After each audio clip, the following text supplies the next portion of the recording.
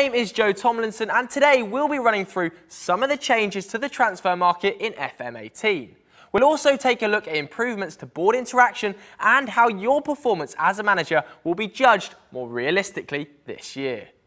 Let's start with transfers. In real life, we've seen a huge increase in the value of transfer fees over the past couple of seasons, and you'll see these inflated fees and contract values reflected in Football Manager 2018, of course. Several new transfer, contract and loan clauses have been added to reflect the volatile modern transfer market.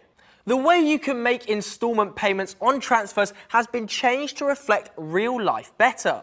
Payments can now be made every 6 months rather than annually, with 3 instalments allowed. This is something that real clubs use to comply with financial fair play restrictions, so the option should be there for you too. The loan market has also been updated to include additional clauses that clubs use when structuring these short-term deals. For instance, there's the new option to loan a player until the next transfer window opens. There's the option to include a bonus for a competition achievement too. There's a couple of new additions in FM18 surrounding minimum fee release clauses, which are rapidly becoming one of the most used contract clauses in world football. You can now set an expiry date on a minimum fee release clause, and you can also include separate minimum fee release clauses for foreign and domestic clubs as part of the same contract offer. Whilst we're talking contracts, you can now have multiple types of the same clause in a contract. Want to specify salary changes for players after both 15 matches and 30? That's not a problem in FM18. These clauses are available for appearances and goal bonuses. You can also have multiple clauses in transfer offers. The AI managers will also make more intelligent decisions regarding transfers in FM18. They place a greater emphasis on a player's recent form when looking through potential signings, meaning that players that have had unexpectedly good seasons will be more likely to catch the attention of the bigger clubs, as has been the case in recent years in real life.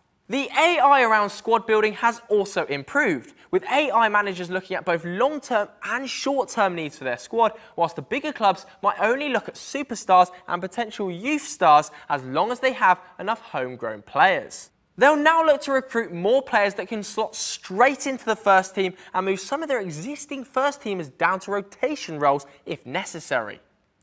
This makes for a much more competitive transfer market and ensures the AI can not only compete against you for the biggest deals, but at every level of transfers.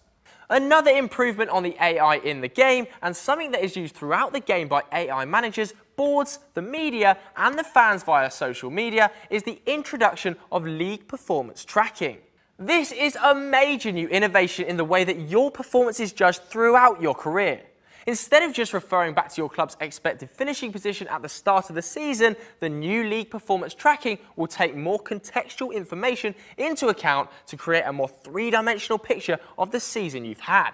For example, if you find yourself mired in a relegation battle and lead your club to safety, you'll find your managerial support amongst the dressing room increase, and you may have more sway when making requests to the board. Your performance will also be talked about in the press and across social media, with journalists referencing it in news items, and fans will be more opinionated towards you on social media posts.